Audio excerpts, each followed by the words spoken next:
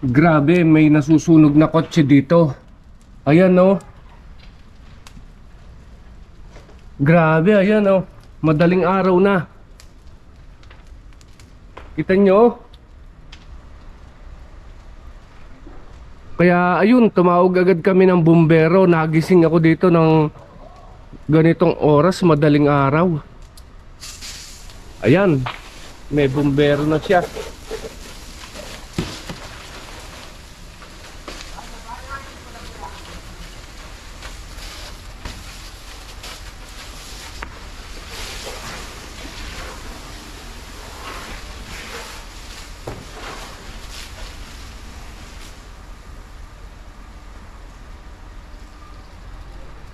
Grabe mga kabayan.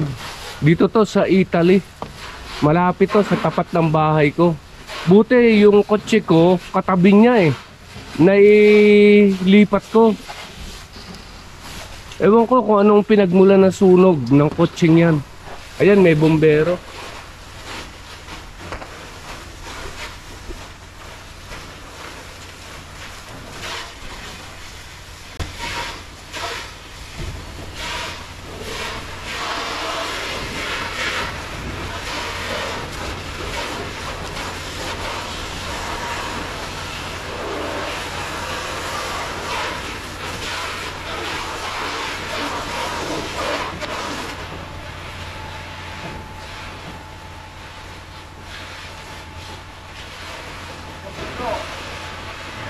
Nagising ako kasi parang may sumasabog sa labas, pumuputok.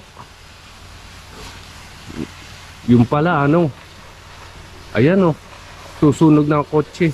Buti hindi nadama yung kotse ko. Yan ang lakas ng usok.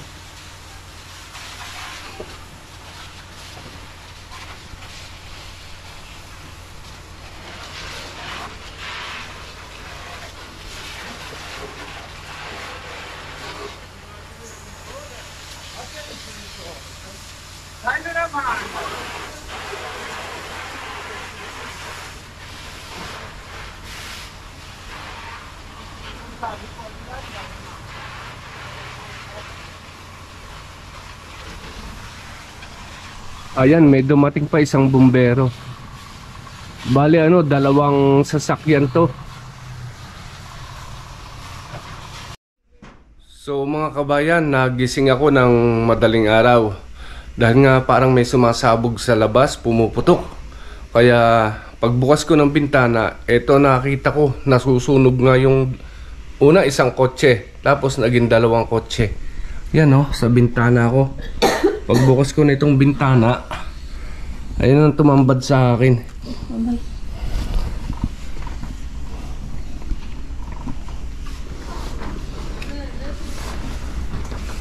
Nasusunog na kotse. Ayan dalawa.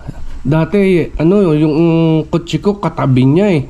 Yung isa, yung nasusunog. So nung nagising ako, inalis ko kagad. Tapos sabi ko kay Mrs. tumawag ng emergency. Ayun. Grabe.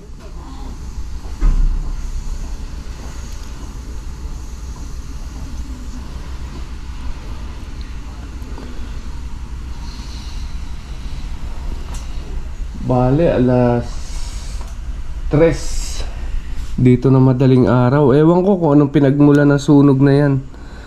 Nakita ko lang nag-aapoy yung sasakyan. Tapos sumasabog.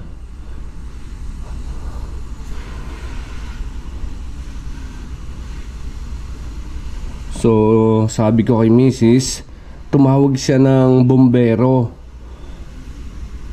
Nung bumaba ako ng sasakyan, bumaba ako ng bahay para iiwas ko ang aking sasakyan. Ayun, naiiwas ko siya.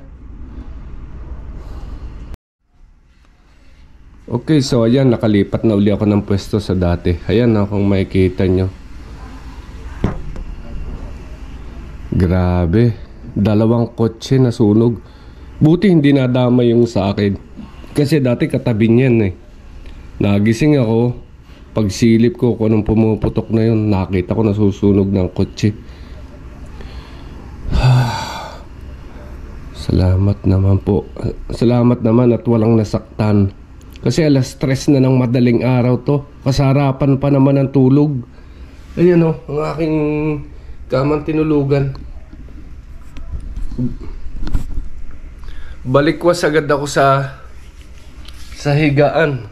Dahil nga narinig ko may pumuputok. Pagbukas ko ng bintana, 3:00 na madaling araw, no? Pagbukas ko ng bintana, pagbangon ko dito, itong tumambad sa akin, nasusunog na sasakyan. Grabe, grabe.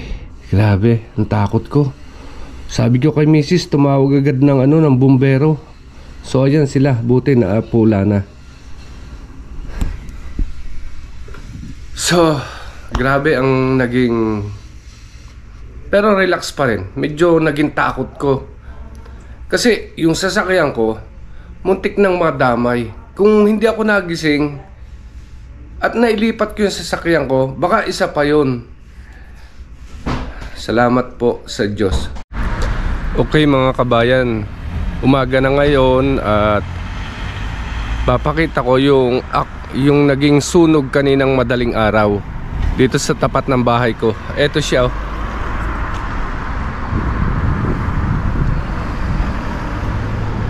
Ayan, 2 kotse. Sunog na sunog oh.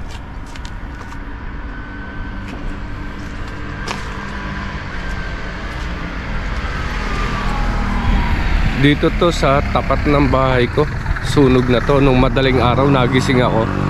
Buti na lang na i-save ko yung aking sasakyan. Ito siya oh. Dito siya. Ayun, nasa kabilang kalsadang yan. Ayan. Dati nakaparking yan dyan doon katabi nung 2 sasakyan na sunog yan. Dito lang to sa tapat ng bahay ko. So, buti na lang hindi nadamay ang sasakyan ko. So, hanggang dito na lang at pasatrabaho lang ako. Ingat lagi tayo parati. Okay, ayan, ngayon nakasakay ako dito sa service na sasakyan ng trabaho ko. At kanina nga madaling araw, grabe, hindi na ako nakatulog. Nagising ako sa lakas ng pagsabog sa labas. Kala ko kung ano na. Yung pala, may nasusunog ng kotse. 2 kotse ang nasunog na yun. At muntik pang madama yung aking sasakyan dahil katabi nung nasusunog. Nung makita ko, bumaba agad ako ng bahay para isave ko ang aking sasakyan. Kung hindi, damay pati ang sasakyan ko. Grabe, naging shock ko doon. Naging takot ko. Salamat naman at nai-save ko ang aking sasakyan. Nailayo ko kaagad. Bago dumating yung bumbero, ayun, may nadamay namang ibang sasakyan. So, ayan. Hanggang ngayon, wala pa rin akong tulog. At nasa trabaho. Pero, nagpapasalamat ako sa Panginoon. Walang nasaktan. At higit sa lahat, hindi nadamay ang aking sasakyan. Yung para naman ang ginagamit ko papasok sa trabaho. At pagkatapos, ginagamit ko itong service ng aking pinagtatrabahuhan. Maraming salamat sa Diyos. Sige, hanggang dito na lang mga kabayan. Keep safe. Bye-bye.